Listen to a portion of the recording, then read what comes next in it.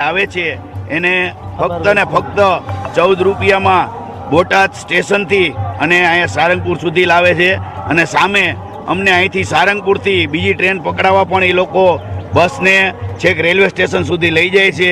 તો અમને આ સુવિધા ચાલુ કરી એ બદલ અમે દાદાનો અને રઘુવીરનો બંનેનો ખૂબ ખૂબ આભાર માનીએ છીએ. જે આપણે રઘુવીર સિટી બસ મુખ્યમંત્રી સહાય યોજનામાં 2.5 વર્ષથી સાળંગપુર રેલવેથી સાળંગપુર ચાલતી હતી બસ, પણ થોડાક વિવાદોને કારણે થોડાક ટાઈમથી બંધ હતી, આશરે 1.5 મહિનાથી. પણ બધી સમસ્યાનો અંત આવી ગયો છે અને એસટીની એનઓસી પણ આવી ગઈ છે અને ઉપરથી ગાંધીનગરથી આદેશ પણ આવી ગયો છે. એટલે આજથી અમે ફરીથી શરૂ કરવા જઈ રહ્યા છીએ રેલવેથી સાળંગપુર.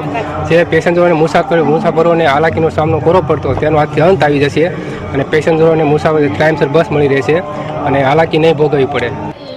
એસટીમાં ઉતરી અને સારંગપુર જેવા તીર્થધામમાં દર્શન કરવા આવવું હોય તો બધાને સગવડતા રહે અને તરત જ આપણને આ સિટી બસનો લાભ મળી જાય. અને લોકો વરસાદ હોય, તડકો હોય જેવી વાતાવરણની પ્રતિકૂળતા હોય તો પણ જે આ બસની સેવાનો લાભ મળે અને લોકોને સહેલાઈથી ઠાકોરજીના દર્શન થઈ શકે એના માટે આ બસ સેવા ચાલુ થાય છે. તો લોકો પણ રાજી થશે, ભક્તો પણ રાજી થશે અને બધાને સગવડતા મળશે અને એના આશીર્વાદ આપને સૌને મળશે.